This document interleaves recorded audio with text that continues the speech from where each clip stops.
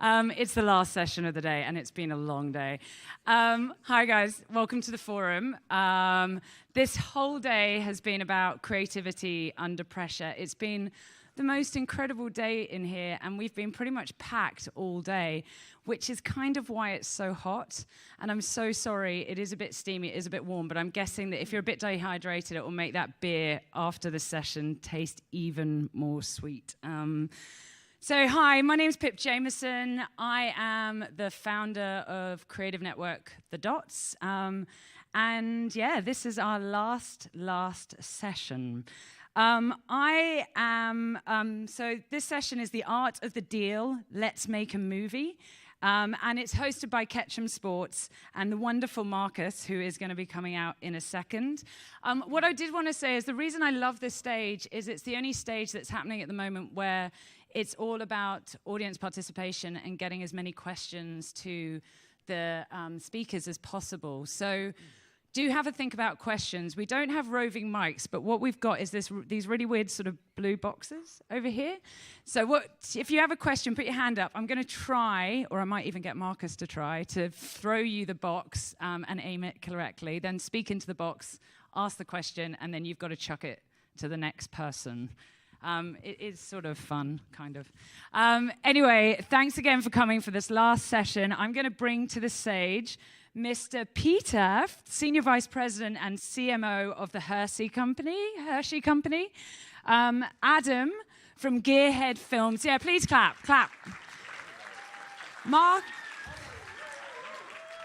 I love that. Marcus from Ketchum and Nate from Gearhead Films as well. So give them a massive round of applause. Enjoy the session. I think this is good.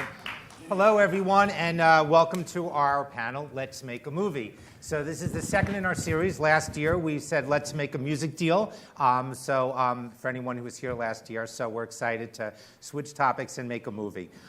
There's going to be time for questions at the end, and as long as I don't hit anyone in the head with this blue ball thing, we should be good. And we're going to start out by doing a quick intro by way of explaining the ecosystem of how we make a movie. So basically, we have the creative teams, in this case, Adam Corolla from Gearhead Films and his partner, Nate, and they're representing the creative and production side of the business. Peter from Hershey, who is representing the brand and client, and myself, who's representing the agency, who in theory kind of ties it all together. So those are the roles we play, and those are the roles we're going to play in the session today. For a quick introduction, we're going to show quick videos for each of our roles so you can kind of see some of the work. We're going to start with the agency side. So at Ketchum Sports and Entertainment, we love making movies for our clients. Feature films, not just branded entertainment. And what's differentiated what we're doing is distribution. Making films is one part of the pie. We're going to talk about this later. But distribution is the key. And we've set up distribution channels with Walmart, with Netflix, with Hulu, with the Amazons of the world. And that's what's really made the difference. So we're going to show you one quick example. We just finished this film for Samsung Mobile called The Fighting Chance with Morgan Neville, who won the Oscar last year from 20 Feet to Stardom.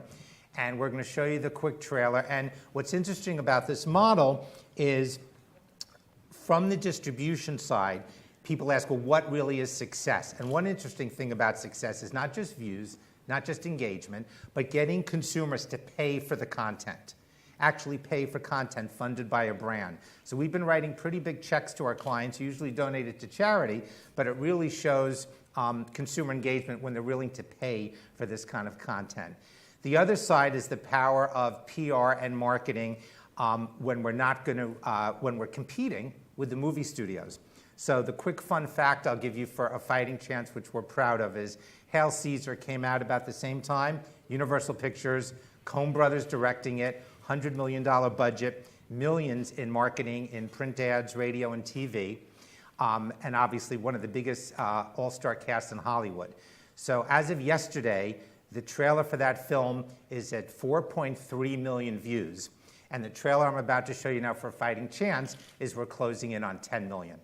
No TV, no radio. So we're pretty excited about it. So let's roll the video.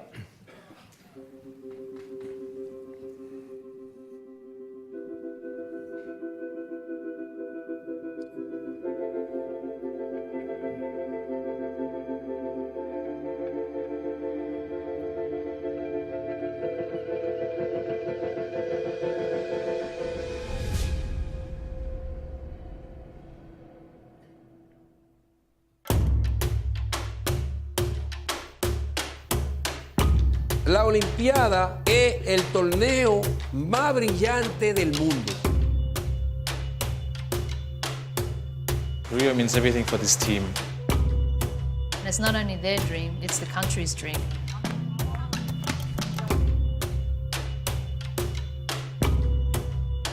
If you were to win a medal, that would mean transformation to Lesotho. For developing nations, the Olympics is almost an unimaginable dream. Sometimes we compete in a disadvantage, but with a strong willpower, we really can compete against giants. After the cyclone, it was really hard. We lost everything. It was devastating. It was catastrophic. Seppo finished last in the London Olympics.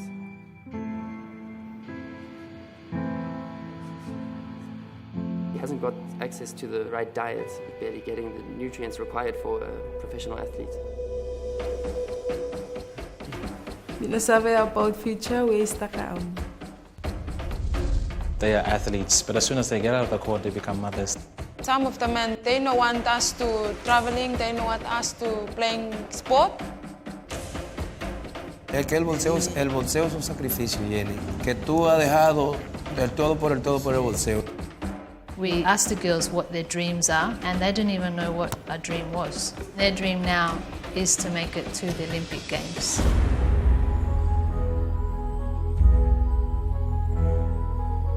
I take him to be a very brave athlete.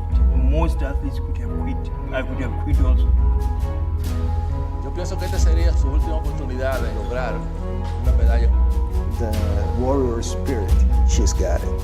If you train hard, work hard, nothing is beyond your reach.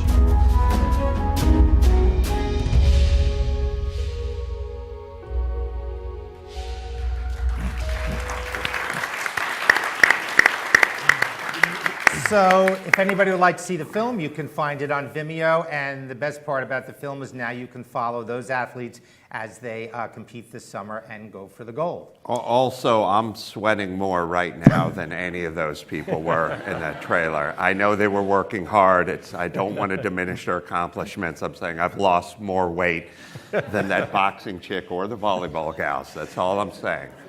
And I haven't have a gold moved. medal we can bring up to Adam, I'd appreciate it. All right, and speaking of Adam, Nate, I think you've got a little introduction for a sizzle on Gearhead Films. You want to tell us what we're going to see? Sure. At Gearhead, we kind of see the future of filmmaking as bringing brands and companies into what we're doing. All the projects we've done, from the feature film Road Hard, which was crowdfunded by the fans of Adam, to our last two documentaries, the Winning the Racing Life of Paul Newman and the one we just done. We brought in a brand called TrueCar to help us make the documentaries. And we kind of feel the future for filmmaking on all levels is bringing branded content into the products that fans want to see. And that's what our sizzle is. All right. Let's roll it.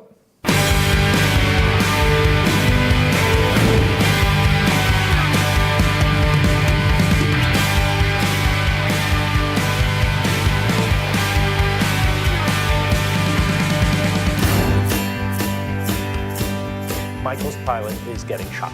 Why didn't you tell me? Well, I was going to tell you, but I know how depressed you are when you come off the road. You didn't think I'd be happy for you? Are you? Yes. No. The only thing that I ever found any grace in was an automobile. He loved the big cars. He loved the horsepower. Racing became his passion, and he went for it.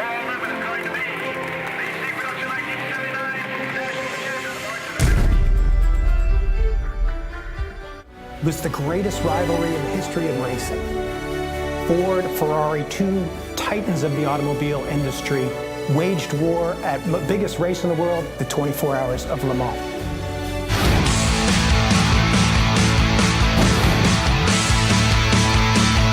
I used to just prank call people. I'd call them up, hey, you want a kitchen edition? They'd go, sure do. And I'd laugh and hang up and run. You got to communicate.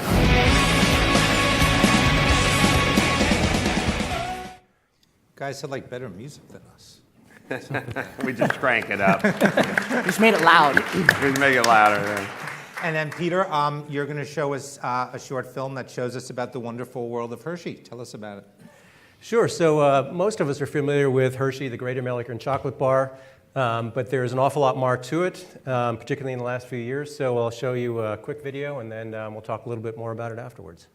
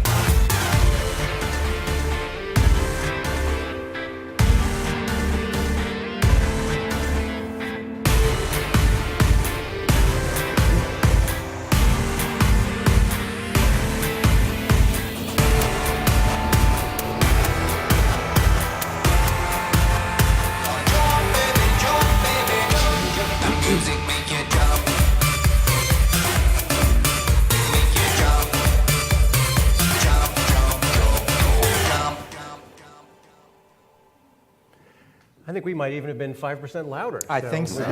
May have topped that out. So you've seen a little bit about some of the breadth, but it really goes beyond that. Over the last several years, Hershey's been going through a pretty major transformation across several fronts. One is expanding the range of snacking across which we play. So now we have Crave beef jerky, we have SoFit soy protein snacks, we've got in China the Munching Monkey soybean protein snacks. So we're really moving into a whole lot of new spaces in terms of brands. We're also really transforming our marketing model and trying to take these iconic brands that have really held such a special place in people's hearts and re-energize, rethink them, and really take them to the next level in terms of engaging them with people and giving them new reason for being. And one of the ways in which that's taking shape is much more significant investment in social, digital content, influencer, really broadening the mix of channels in which we play. So you caught a glimpse of one of those brands that we'll focus on today, which is Icebreaker, which had been for years the leader in the mint space, big player in the gum space, and we just sort of felt it had lost a little bit of its sort of special place, special reason for being. So we really wanted to breathe new life into that brand. So we dug deep into the insights around our millennial target and really wanted to get past the conventions and the stereotypes and the tropes of the category, which tended to be about social confidence, you know. Oh, last seat on the bus is next to the cute girl. Better pop a mint so I'll feel confident sitting next to the cute girl, right? So tired, so forgettable. I like the deodorant ones where they're on the same bus and they got to shove their armpit in the other cute girl's face when they're hanging onto the bar. Which I can recreate later on today. There we go. I'll just move yet another step further. Yeah, a lot of hot chicks on the bus. I've been on the bus many times. Never seen a lot of sweaty dudes. Never seen any hot chicks. You need some mints in your pocket. It'll change your life. Those aren't mints. I'm just glad to see you. So, as you were saying, perhaps I should have picked something bigger than mints. I know. Well, you are a documentarian. So we saw this insight with the millennial target, which is, you know, they really believe in themselves. They have a sense of wanting to do great things. There is this perception that they're kind of lazy and entitled, but they know they really want to get out there and be awesome. And there's this greater fear of regret than fear of failure. So we centered the brand around this notion of break through, right, those hesitations and those concerns, break through and go be awesome, right? Go beyond the sort of social confidence with the cute girl or the smelly armpit. But really get to something bigger about, really break through, make your mark, be awesome. And you caught a glimpse of the unicorn as sort of the iconic representation of that. So that's where we're trying to go. We just launched that unicorn campaign, which seems to really be kind of taking hold, and people kind of get it, and they're excited, and they see a new place. But now the challenge is how, using perhaps long-form content, do we go to new places and really seat this brand in people's hearts in a new way? Great. Adam, any ideas? What do we do with that? Well, our next project, and I guess we'll just go in order, we're doing documentary on Willie T. Ribbs, who was the first African-American racer at Indy. He was brought in by Paul Newman. He got sponsorship thanks to Newman. He raced against Paul Newman in his series and then was the first black man to drive at Indy. So that's our next project. And in terms of breaking through, that's a guy who certainly broke through as really, I mean, it's pretty crazy. I think Janet Guthrie was the first female to drive at Indy, and that was a full decade before Willie T. Ribbs drove at Indy. So we look at him as kind of a cool standard or a cool benchmark for breaking through. Mm-hmm. Okay. Yeah, Any other ideas, Nate?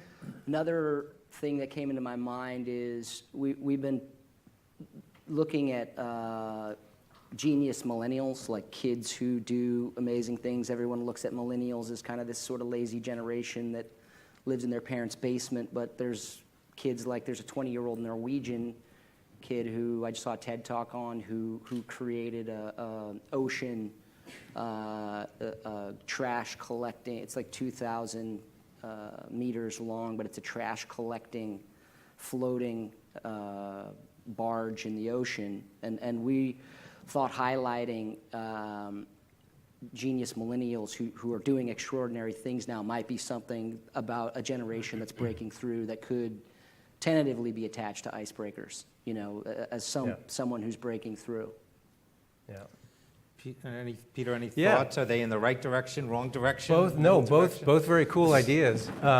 You know, one of the things is we've been thinking through, you know, what is this notion of breaking through? There's kind of breaking out and breaking through, and one thing I'd love to kind of hear more about or understand how you would think of how this fits in is this notion of what are these people breaking through? In the case of, you know, the first African-American race car driver, that's pretty clear. That's a big brick wall to break through. In the case of genius millennials, you know, privileged kid in suburbia who did a really cool thing in his garage is a really cool story. Is it as clearly a breakthrough? So do you have a sense in this one or some of the others you've been thinking about of how would you characterize that thing? I think they're breaking through, so Willie T. Ribbs is breaking through sort of a social barrier, right. And these guys are breaking through a technological barrier, like the kid, what is he, out of Phoenix or no, Nevada, is doing the nuclear fission in his garage. I think Vice just had a whole thing on that guy. I mean, so these guys are going to save the world, essentially. They're going to clean the trash out of the ocean. They're going to give us endless amounts of clean energy. So I guess there's a few ways you can look at breaking through. It's social breakthrough, and then there's a technological breakthrough. Right. And this is kind of Willie's the social, and the young kids are the technological breakthrough. They're also breaking. They're kind of breaking a generation, you know, a social gap that everyone looks at the millennials as, you know, kids that can't do anything and aren't really accomplishing much. And there are several of the other kids that have developed, broken through poverty. There was a kid who built a jet-powered car, or it was powered on air, but he built it out of Legos. So it was powered by forced air. And now that kid's developing, he's just continually, and he started at 14, he's now 19. I mean, there's some I don't think there's anything you can't build out of Legos now. Yeah. Like, I think my son's 10, but he's going to introduce me to his Lego wife one day. Like, I'm marrying a Lego lady, and I'm going to go, I don't think I can argue with you, son. What does her father do? They don't get saggy. They're always in a good mood. Yeah. Her father tinkers with toys. He's kind of a tinker toy. Sorry. Yeah, so I like that as well. So another question is, do you go 100 miles deep on the, you know, ocean garbage kid? Do you do sort of profiles of a number that illustrate sort of this, the spirit of this unexpected spirit from this group? I think we'd probably, what I would try to do is about a 30-minute short-form doc, you know, 5 to 6 minutes per kid, kind of dig into their, you know, where they started, what they did, how they accomplished it, and where it's at now. Like tell that in 5 to 6 minutes, like a really straightforward profile on each one. So, you know, it also allows you to move around a little bit inside the documentary where, people don't get bored, and you don't also run out of content if, these kids are 14 years old. There's only so much content they have because they're only 14. Right.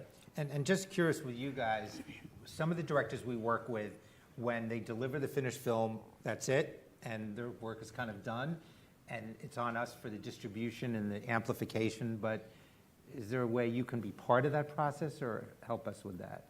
I think, one of the things we're doing, we are starting a distribution company, but also through Adam's, podcast, he has over 1 million downloads per episode. We have a pretty large sort of outreach social media ourselves, so it can also be put out that way. And Adam, working with Adam for people, it's just a lot different than working with a conventional director, because Adam has a lot more access than any other director that I know. So we're recording this, so you've basically committed Adam to do a podcast with us, right? Yeah, we were able to, like when we did our independent film Road Hard, we raised almost $1.5 million just via the podcast and being able to pop up on Howard Stern and give something a plug, or Jimmy Kimmel or something like that gives us sort of a leg up on a lot of folks that don't get a chance to go out and do that kind of stuff.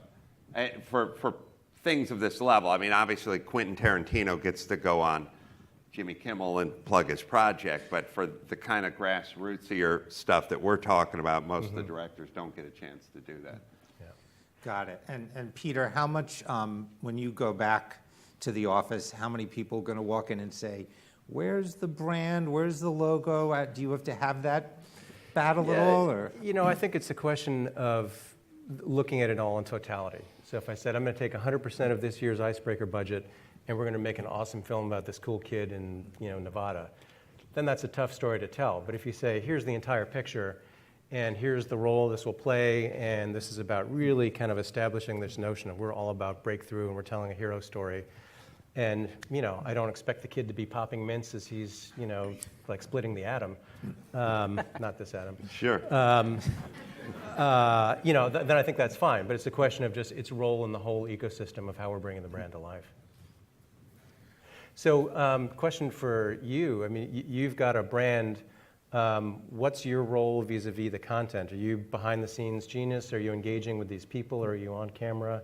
How do you tend to approach this kind of work? Well, I think it's a sort of case by case process. We did an independent film. I starred in it. Then the next film we did was this Paul Newman racing documentary that I was in, and then we sort of removed me from it just because we wanted the focus to be more on Paul Newman and his racing and a little less on me interviewing. So we just sort of literally just sort of strategically got me out of it. So instead of the interview, whatever camera was pointing at me was just sort of removed. Directing to some degree, coming up with sort of the content that, we want to do one on K-Rock, the radio station I was on for many years in Los Angeles. Jimmy Kimmel started there. Dr. Drew Pinsky started there. Carson Daly started there. Many of the big acts, the No Doubts and the U2s and all the big acts from the Depeche Mode from the 80s and 90s and beyond all sort of came out of K-Rock and all the different characters and everything. So for me, it's sort of topicality that I know. I have some of the Newman cars. I race some of the Newman cars. I know that world. I know the K-Rock world that gives way to Willie T. Ribbs. For this is a little more than answering your question, but we want stuff that we're interested in, obviously, and then we're going to then make the audience interested in it versus, having something just sort of dropped off on our laps. It's more organic, and I think the product's better. Yeah. One thing I'm interested if you have thoughts on it, even at this early stage, is kind of the vibe of this thing, because there's a way in which these cool stories could be sort of the hallmark, heartfelt, soaring orchestral music of the triumph of this kid. The brand has a little bit of sort of quirky edge to it. We've got a dude riding a unicorn through a cube farm in an office. So what do you imagine the vibe of this amazing story could be that, in a way, that kind of tonally feels true, feels sort of on point with a brand like that? Well, I think we want a mixture of humor and pathos and triumph. I mean, I think whatever a good movie has is sort of what we like. In our documentaries. We did the Newman documentary, and there was a nice big chunk in there about what a practical joker he was and how he liked to screw around with other drivers and things like that. So there was, and then at the end it was very, tearful when he was being remembered by all those who loved him, and there's some soaring moments in the middle. So, I like humor, but I also realize the humor comes out a little better. The sweetness comes out a little better with a little salt around it every once in a while. And so I like the balance myself. Yeah, so if you have the millennials that are breaking through in there and their mom's telling you a funny story about how they behaved when they were in diapers, as opposed to cutting that out, we'll keep it in. Keep a couple of little lines like that in there to showcase the humor and that these kids are real kids, and that it makes them more accessible, I believe, in the filmmaking and story production of it. And just a quick one on distribution again. Peter, I'm curious, I know these guys have a great relationship with Amazon, and we've had all our Catch 'em films on Amazon, but at times brands are like, well, no, we have a channel, we want to drive content there. Assuming the film is done, it's fantastic. What are your thoughts on where it could live brand-wise versus some of the more traditional movie platforms? Yeah, it's a great question. And the reason to make a thing like this is to get it seen. So on the one hand, I'm open to all the above. On the other hand, there's also, I think, something interesting that I'd love your thoughts on around, should the distribution somehow match this notion of breaking through? So for example, if the film were showcased in the most privileged of all, motion picture festivals, is that somehow counter breaking through? But if it's, what would be sort of that... You're talking about Tribeca. Exactly. Right, okay. Clearly. Is there another one? I just want to make it clear to the people here. So I wonder whether there's something kind of, without sacrificing the scale that you'd really want to have, but is there a way in which you can sort of attach yourself to properties and places that are about breaking through, as opposed to, you've sort of gone the expected big brand primetime thing? It's all uncharted water. I mean, everything we do from this day forth is going to be different than however they did it before. I think the audience, we just did a documentary that was, sponsored by TrueCar, and nobody said a word. I don't know if people would have accepted documentaries that had, corporate sponsorship in it a few years ago. They would have said, come on, you're sellout. It's a documentary. You don't have sponsored by somebody. I don't believe in the 2,000 tweets I read about our Paul Newman doc. One of them said, hey, corporate shill, TrueCar, whatever. Right. We didn't hit people over the head with it. I think there's a nuance to it. Yep. But we're living in a whole new world where I don't think anyone can come up on this stage and say anything's not going to work if it's executed correctly, or anything's a bad idea if it's executed correctly. Yeah. That being said, that's a horrible idea. Yeah. It will never work. But distribution is changing so much now. Yeah. So there are so many new platforms for distribution and so many new areas, and distribution has also become so niche that people go look. People look for very specific things in distribution, and you can really find your audience now. It's if you know how to properly channel it online, you can really find the people who want your content. Yeah. And how do you guys operate in terms of, am I going to see a budget with 14 associate producers, executive producers? It's $1 million just for Adam to sit down. Okay. I don't roll over in bed for under 100K. Well, we obviously, our thing is we try to we do as much as we can in-house, which through technology now we can do so many things in-house and not have to farm out, and we have edit bays and equipment and things of that nature. We try to be, lean and mean and without ever sacrificing the quality of the product. And then, I never really I don't budget it in advance. I just go, here's the story we want to tell. let's tell it as efficiently financially as we can without any compromise in the story and what we're trying to tell. And then the number is what the number is, and we try to get TrueCar I or do whomever. budget it in advance. Nate's obsessed on that. Just so you know. You saw us sweating for a minute here. Yeah, I was like, okay. I just want to get the thing made to the best. Once it's locked, I never to change it or to have regrets or anything, and then we just go about and see if we can get whole. Because I will say that about Adam. The documentaries that we make, we do get a portion of sponsorship, but Adam wants to tell these stories. So to Adam's benefit, like the Paul Newman documentary would not be made without Adam. The documentary we just finished about Ford Ferrari would not be made if Adam didn't want to tell those stories, because what he says is, hey, if we go over, I'll cover it, and that's pretty being amazing. Recorded again, I'm just saying. Sorry. Okay. But that's, well, not if we're doing it first. No. We'll go to Peter and go, hey, Peter, Yeah. All right, great. We're coming to the end, so we want to get the audience's opinion. So I'm seeing two different approaches here. The Willie T idea, broke through as a race car driver and certainly an iconic story. And then we've got this genius millennial. So for the Willie T idea, I want to see a show of hands. You can also scream as loud as you can. Who's up for the Willie T idea? Okay, all right. All right, and no one was going to scream. I was envisioning these people yelling. All right, let's go for the breakthrough millennial idea, the genius millennials.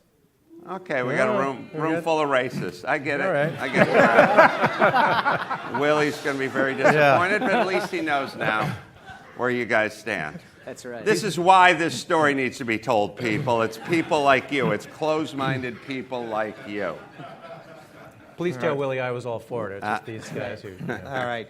Before we get to the Q&A, just a quick one. At the end of the panel, they're rushing off to be fabulous on the beach and all of that. But if anybody wants to talk to Peter, to Gearhead Phillips, or to myself, we have Myreet is standing right over there. She's got our secret bat phone, so you can talk to Myreet and she'll make sure you can be in touch with us about making a movie or whatever is up there. So let's, Pip, what do? We throw things at people? We throw things at people. Firstly, can we have a massive round of applause, please? That was brilliant.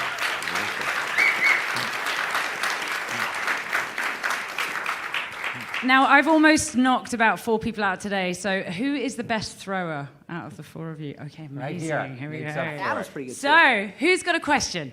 Oh, someone in the back, please. Someone at the back would be good.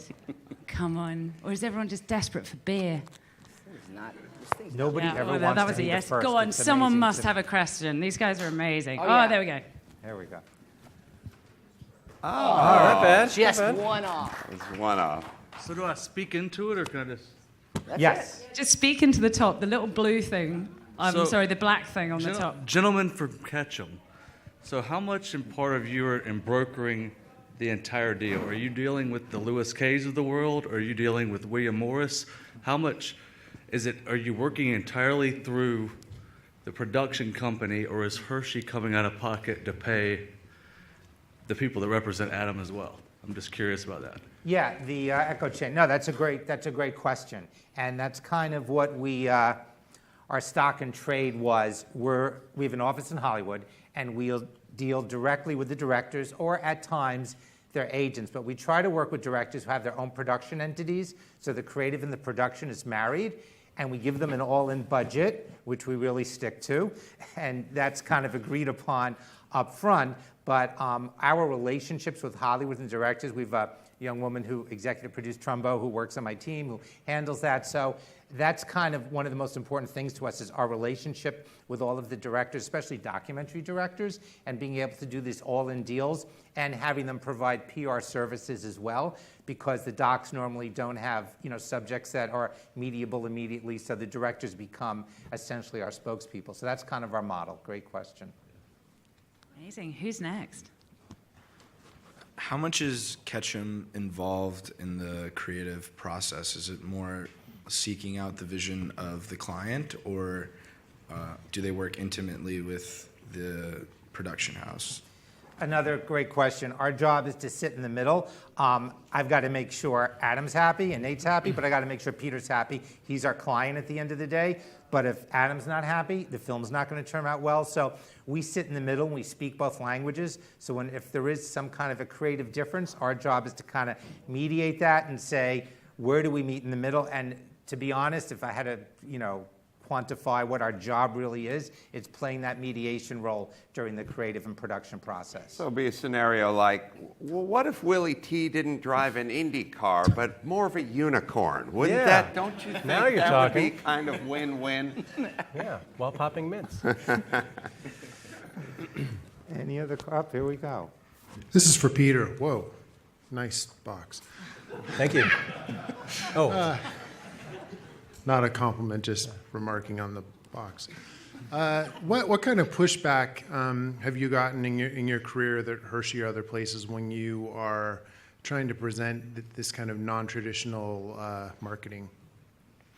Well, one thing I have to say is that it's been actually very cool. I've been at Hershey all of 11 months now, but it's really been pushing on open doors because there's a lot of hunger to kind of get out there and evolve, and we recognize that we had some kind of room to make up.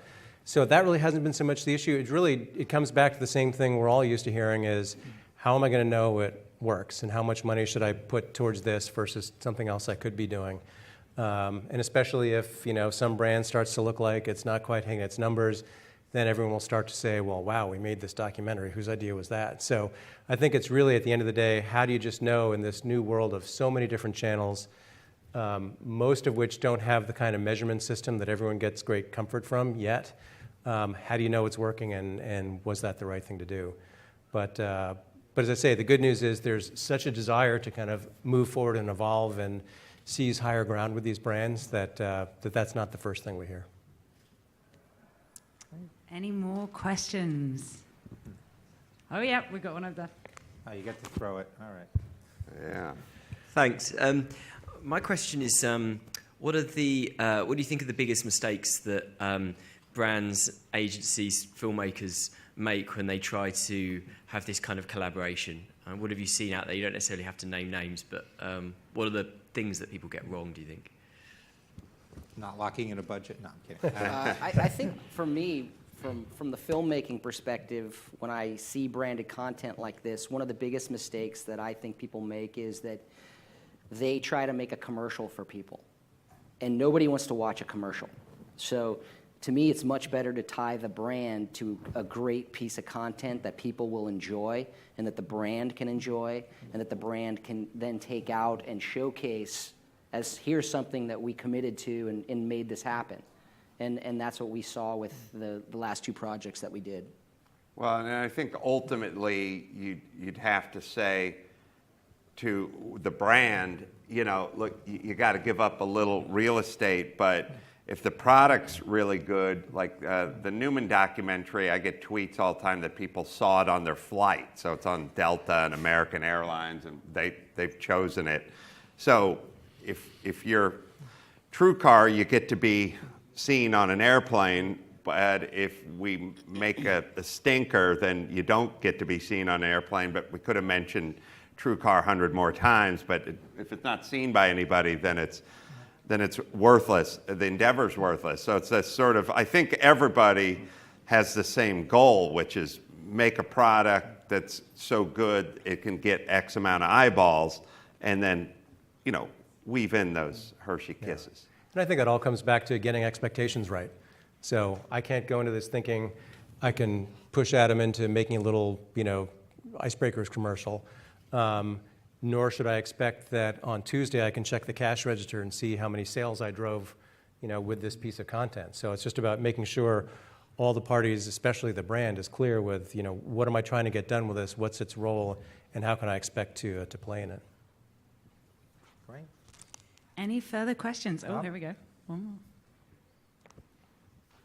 Hey, couldn't do this ball thing in the United States. There'd be too many lawsuits, right? I have a question about, we're talking about one piece of content all the time. Are there also any thoughts about creating a long tail of content to really create a longer storyline for your brand, and not staying just with one-off? You're talking about longer form or like multi?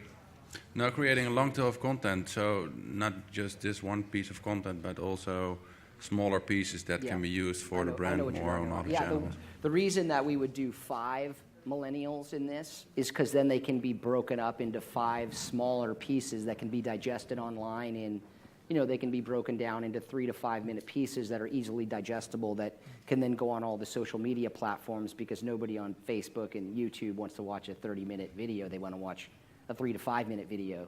So each one of these millennials, like if that's what we did, they would be broken down into that capacity, which is also sponsored by Icebreakers. So it's a multiple, it creates multiple episodes in that way. Yeah, I think the idea of creating creative assets that can have a lot of life is really the goal. All right, guys, it's beer o'clock. Yay. So I just want to say, firstly, before I thank these guys, because these guys are incredible, I also want to thank the production crew. Marco, who's been doing all this production, is literally in a sweatbox over there, and we've got the amazing Mark and Frankie who are running around. Can you give them a cheer, because they don't get cheers often?